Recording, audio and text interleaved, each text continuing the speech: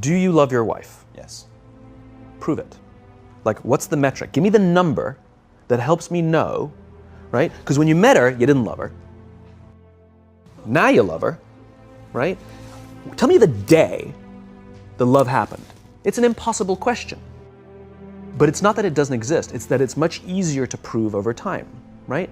Leadership is the same thing. It's about transition. So if you were to go to the gym, it's like exercise, right? If you go to the gym and you work out and you come back and you look in the mirror, you will see nothing. And if you go to the gym the next day and you come back and you look in the mirror, you will see nothing, right? So clearly there's no results, can't be measured, it must not be effective. So we quit, right? Or if you fundamentally believe that this is the right course of action and you stick with it, like in a relationship, I bought her flowers and I wished her happy birthday, and she doesn't love me. Clearly I'll give up. That's not what happens. If you believe there's something there, you commit yourself to an act of service. You commit yourself to the regime, the exercise. You can screw it up. You can eat chocolate cake one day, you can skip a day or two. You know, it allows for that. But if you stick with it consistently, I'm not exactly sure what day, but I know you'll start getting into shape. I know it. And the same with the relationship. It's not about the events. It's not about intensity. It's about consistency, right? You go to the dentist twice a year, your teeth will fall out. You have to brush your teeth every day for 2 minutes. What does brushing your teeth twice a day for 2 minutes do? Nothing.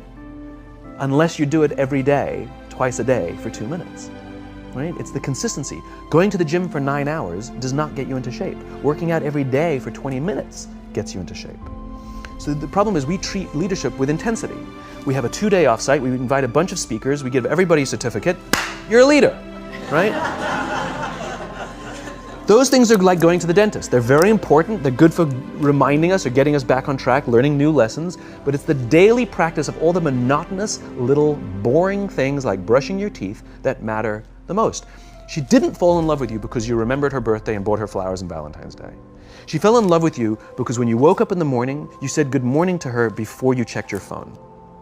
She fell in love with you because when you went to the fridge to get yourself a drink, you got her one without even asking. She fell in love with you because when you had an amazing day at work and she came home and she had a terrible day at work, you didn't say, yeah, but let me tell you about my day. Right. You sat and listened to her awful day and you didn't say a thing about your amazing day. This is why she fell in love with you. I can't tell you exactly what day, and it was no particular thing you did. It was the accumulation of all of those little things that she woke up one day and as if she pressed a button, she goes, I love him, right? Leadership is exactly the same. There's no event. There's no thing I can tell you you have to do that your people will trust you. It just doesn't work that way.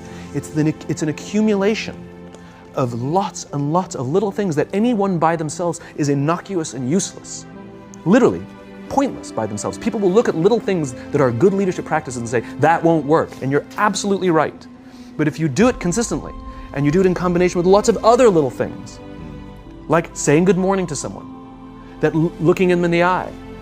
My friend George, who's a 3-star general in the Marine Corps, he says his test for leadership, and I love this, he goes, his test for a good leader is if you ask somebody how their day is going, you actually care about the answer. The number of times we're walking to a meeting, we're rushing, we go, how are you? Not good, I got to get to you later, I'm late for a meeting. Right. If you ask the question, you are standing there and you're listening to the answer. It's those little innocuous things that you do over and over and over and over that people will say, I love my job. Not I like my job.